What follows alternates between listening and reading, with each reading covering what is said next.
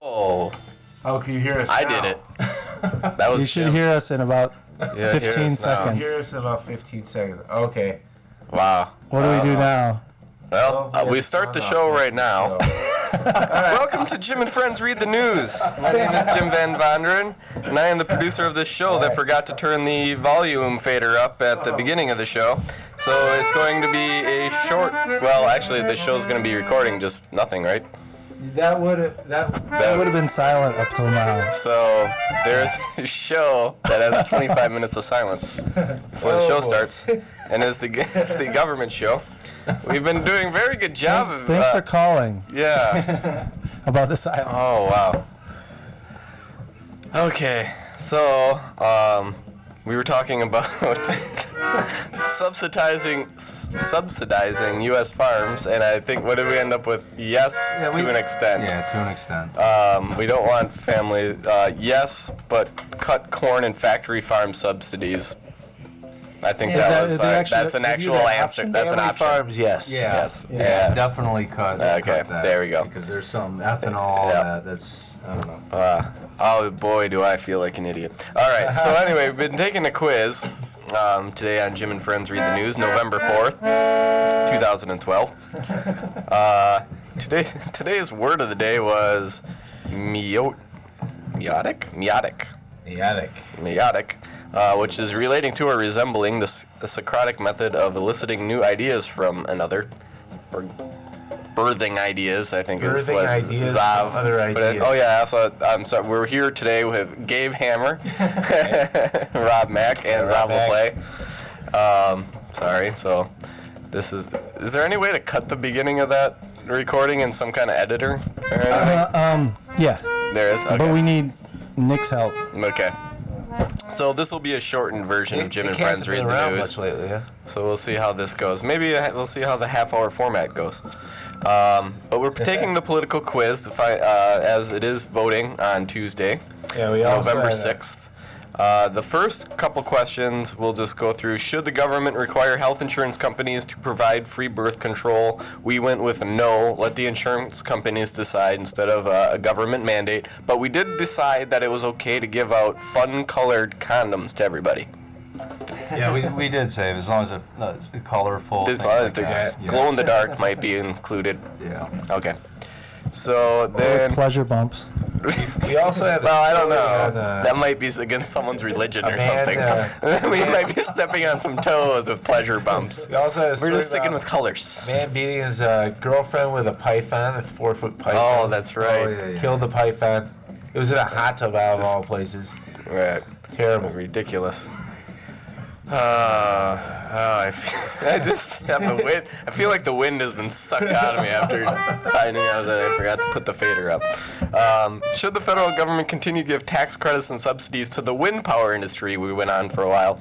We came up with no, the government should leave the energy sector alone and support for failed technologies, but we both agreed that the failed technologies part we don't really agree with, but it was the closest answer for us.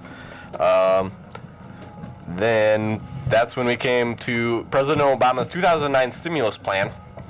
We went on for a while on that one. Questioned its, since there was the 2008 Stimulus Act that Bush went through, how different that was, and blah, blah, blah. We ended up going with no. We didn't like it. Well, I feel a little bit like I'm I'm persuading you guys a little bit. No, I agree with it. Right. I especially agree with that. I don't like that it was how Bush went out with one of these, and then Obama came in and just did the same thing right away. It was like a 2008, 2009 double bammy with these stimulus plans. Yeah, and I think we basically came to the conclusion. You look around, you try to look at the results, and you say, did it really stimulate anything? Yeah. No. Could get more stimulation from those pleasure bump condoms, but we're not we're worried about offending people with that one. So now we decided that should the federal government subsidize U.S. farmers? Yes, but cut corn and factory farm subsidies. Don't need them. And now we're on to, should we expand or dismantle our Social Security program? I like Social Security. I think it's okay to keep it.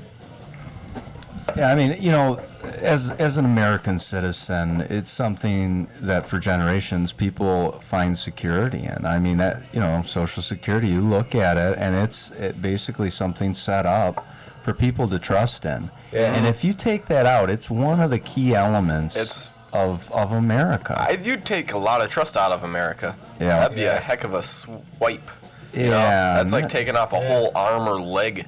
I mean, that's pretty much taking out a leg that people are counting to stand on later on. I mean, if all else falls through, you can depend. That's all you can depend on that. And if it's just gone the next day, what do people do? The question then becomes, should we keep as is or expand it? Well, am I wrong that they were is part of the problem right now that they were gambling with that money, that they were playing with it in the stock market? Is that part of what's happening to that money? I forget exactly what was going on with that. Because it shouldn't be, obviously. I don't think it should be in Wall Street. Well, I mean, here's an example. Okay, here's why. Okay. Because now it's earlier on, I was sector saying that I really thought it was a bad idea for Obama and really Ben Bernanke to be printing, the Fed to be printing tons of dollars. And here's why. Because it's a form of illegal taxation. When you print, let's say we I double. Definitely agree with that. If you have $100,000, or say you have $100,000 for your retirement in a bank account. Yep. And Ben Bernanke prints twice as much money, twice as many trillion. dollars. Let's go into the trillions. As we had last year or 10 years ago. Yep. That means your $100,000 is still $100,000. It's still got the same monetary value, but it doesn't have the same actual value. Its purchasing power got cut in half. Yeah, inflation is a tax that unfortunately we don't, as people, we don't really have control of that. How do you take a vote on that? That's very true. No, you can't. Yeah. It's just something that happens. But I mean, I exactly agree with you. When they start printing off money and inflation, doubles or what, you have no control over that. Your money's worth less. Yeah, your it's lifestyle's a secret way of taxing people. Yep. And so that's one of the reasons I'm strongly against it. The other thing I want to say, even though it doesn't really apply completely, but I feel like we live in a society. We're not a bunch of animals in a jungle. What's the point if you're going to take everything away from people? Why are we even collaborating? Why don't we just all go somewhere? Go out, live somewhere. I don't know, live in the jungle or something. Mm-hmm. If it's just going to be a dog-eat-dog world at some point, I feel like at a certain point there's a reason for a society, and part of it is to at least give people some protection and security the way you do your family members, Mm-hmm. Yeah, this is a little off topic, but a guy a couple days ago said to me, and it made sense. He said, the older generation, they worked really hard in America to provide better for the next generation. Right. But a lot of people are starting to disagree now, and they're saying that, the new generation, they're out for themselves. They're trying to make it better for themselves. And I know it's off topic, but maybe they do feel differently about Social Security. I'm not sure. I mean, I think it depends on whether or not they are dependent on it, whether or not they, and also, I mean, it's a new reality today. Our parents grew up in a really different reality, in terms of security. We live in a very insecure time for young people. Oh, that's true. Creating families. I mean, there's so much. I mean, it's a interesting byproduct of feminism. Women now have to work. By women getting a place in the workplace, what happened, the unexpected consequence of it is that it went from a world where, when I was growing up, most of my friends' moms were stay-at-home moms. They would do odd jobs, but they lived at home. Now, my sisters, they have to work just as hard as their husbands to keep the family together, which means if one of them gets sick, the family's in deep trouble. Right. Where back in the day, when the father had a heart attack or got injured at work or whatever, then the mother could go out there and work. So and that's something that people have talked about, is how this society's become more and more insecure for people. Yeah, and my question with that is plain and simple. I mean, did the government get the buy-in? I mean, they're taxing double now. I mean, there's the woman's in the workplace, the man's in the workplace. What's next?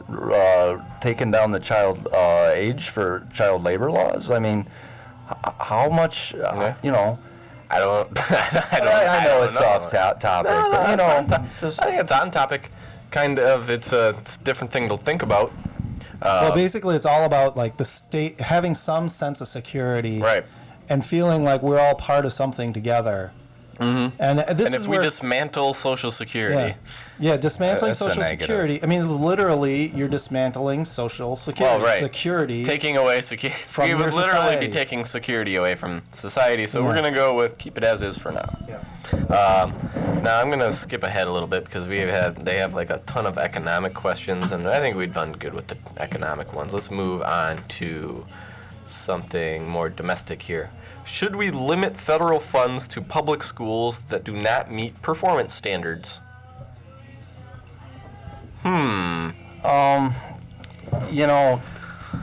That kind of gets back to the same question. Do you fund corporations in the industry that are failing Right. to keep them on board even though they're going to fail in the future? Why are you going to continue to fund a public school that you know is failing unless you went in? I mean, I guess if there's an evaluation done, What maybe some happens- sort of evaluation where people show up and understand the issues and not just throw money at it and say, well, you'll be good for 5 years, or you got to establish what's the real problem at this school and not just throw money at it. Yep. Well, I agree with that. I would say that I feel like I think there should be this limits is something then. that comes up with the Scott Walker stuff, where I mean, first of all, the worst schools, the failing schools, are going to be the ones in the ghetto that already are really hard to manage. And I'm guessing, I'm sure it's not. They're not talking about. I think that's probably a fair generalization. Yeah, and probably those schools are dysfunctional because they're already like not taken care of, and maybe it's not money. Maybe it's brain power. Anyone Maybe ever it's, see like, High heart and School soul, High with John Lovitz? Well, yeah, I mean, maybe it's just Anyone remember that one? Maybe it's just I know simply the Sheldon, families yeah. behind the children. I mean, there's a lot of talk always about, we've got to get our education better. We've got to, what about families? They're a part of That that would school probably because actually their child is fix in this- that school. That would that's step number one before the school, because I mean if you don't have a family, If I you- can give the if- school right. $1 million. if you can't go How's from that going to right, help? if you can't go if Yes, you're well, going into school and you're starting from a platform of yo high, I got my hand up, and like a lot of people are taking one step up to going to school and dealing with everything, but then you have schools where you have to make this leap, this quantum leap. yeah. Obviously, what's the point of keeping funding that leap and not trying to find a new step to Yeah, I mean, I think what it really gets down to is resources, and money is the simplest resource. You just allot it. The next resource is people resources. Having people actually go in there, and of course you need to give those people money, but it all takes time and energy. There's no way that you're going to solve the problems of the ghetto by throwing money at it blindly, and at the same time you're not going to solve the problems of the ghetto by retracting money. No. So to me, the solution is priorities, and the priority to me is number one, end the freaking war. Yeah, that would be Because you're putting so many resources, so much time and energy into something that is purely destructive. What if the war, though, is really actually... I agree with you on it, but what if there's something going on with the war that, we don't know about, that we actually have to keep fighting it? I don't know what... as of what I... we'll from know- what I we'll- know... we'll know about doesn't it seem real to quick be much, when we- but I'm thinking there might be something more underneath that you wouldn't know. But I don't actually know what it would be, and then just... I mean, we What if that's the haven't been case? at war continuously like this for... No. The last time we had a war like this was Vietnam. Yeah. We went how many decades I don't think there without actually suddenly is. I'm having just- 2 wars? We went to war with Afghanistan because Osama bin Laden engineered the 9/11 attacks. That's why we went to Afghanistan. Osama bin Laden, to the best of my knowledge, was killed last year or something. We're still in Afghanistan. And this brings up a good point because we've went to many different wars, and if you ask the common person today, we still don't know why we went to war. There still isn't a good reason. And that's not, that can't be a correct strategy. You know what I mean? You can't go to war and then 2 years after that war, when you're out, still not have the answer of why you even went to that war. While still fighting a war that you don't actually have a real good reason to be there in the first place either. So you had two. And if you think, if you put all that time, if you put whatever good that war brings you, like the Khyber Pass or whatever it is, having access to oil or blocking China's access to oil, whatever you're trying to do, if you put all those resources, all that energy into the ghettos of America, can you imagine the incredible good that would have come out of that if you would have put all that time and energy into trying to help these kids who don't know what they're doing with their lives, whose parents are hooked on drugs, who go home to rat-infested, roach-infested homes and are having sex and getting pregnant at 15. Isn't it? It's like if you put those resources into solving those problems, you would have a much better society. Well, isn't it? It's Romney who wants to put an extra 200 trillion or something into the military-industrial complex part of things, right? Wouldn't he? What if he wanted to take that 200 trillion and invested into domestic reconstruction or whatever you would want it? What would you call that ghetto rebuilding? Well, it would be probably something like AmeriCorps. What would that plan be? It's sort of like the Peace Corps, but within the domestic land mass, and it would be a matter of just getting all. Do you know how many people would love to? It makes people feel good to help people. Oh, yeah. That's something people love to do. That's what, and church groups, all kinds of people it actually makes them feel better. Right. So it builds community, literally. And it goes kind of back to the question of schools. I don't even know if we're still on the school question. I forgot where we are. We have like 8 minutes left. Yeah, we have. Sorry. Even. Well, anyway, it's all the same ball of wax in a way. That, the answer to the bad schools is not just saying, screw you, go to hell, let you just die. The answer is we need to be more clever. We need to give more of our heart to it rather than just throwing peanuts at it. So that's okay, so we don't have a whole lot of time, but for this federal limit, should we limit federal funds to public schools that do not meet performance standards? Do we go yes or no? Or let each state decide the federal government should not be involved in education. The federal government should take over control of schools. Well, those are all way worse. And I hate to take this route, but I mean, the state route is usually the best route with these things. I mean, let the states decide. Yeah, I mean, it's very hard. I mean, I don't see how the national government is going to step in and understand localized areas in the region. And maybe they do. Maybe they lay out a universal plan, but it's hard for me to believe. I think it's one. I would not be able to pick one of those answers. I think that it's a very complicated. It's probably one of the most complicated problems next to healthcare, and and I think that there's no silver bullet for education. No, there just isn't. And not with healthcare either. Education is about lots of attention. The kids need lots of attention. Oh boy. They need a lot of resources, and that's how you educate people. That's why, that's why it costs money to have a babysitter. And so if you really want good results, it's going to take a lot, and it's going to take more than just money. And unfortunately, we only have 1 minute left. Of course, stay tuned for Chuck and Santiago. But so this is a little interesting one. We only got through like 4 questions or 5 questions or something. But I submitted to see what side we're with on those couple of questions, and Gary Johnson wins, the Libertarian. Uncharacteristically from last week, Mitt Romney is right after that. we've moved we to got the Rob here. Romney side. It might be me, but It also might be me because I Well, the questions, I side the with Ron quest- Paul on a lot the of these questions things. that we answered today weren't. When it comes to economics, I know. think the Democrat. That's where I Yeah. have the Who's least Virgil faith in Good? Democrats. Virgil Goodyear was next on the list. He's with the Constitution Party. The Constitution Party.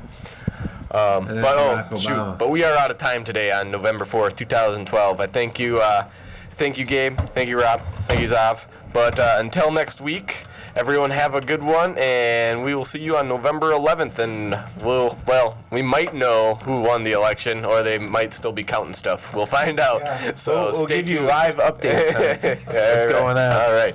So bye, everybody. We'll see you next week.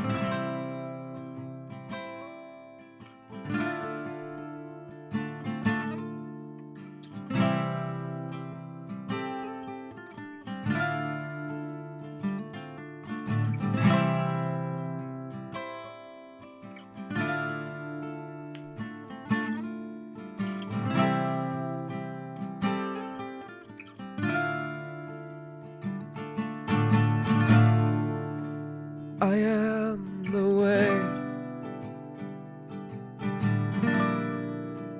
I am the light.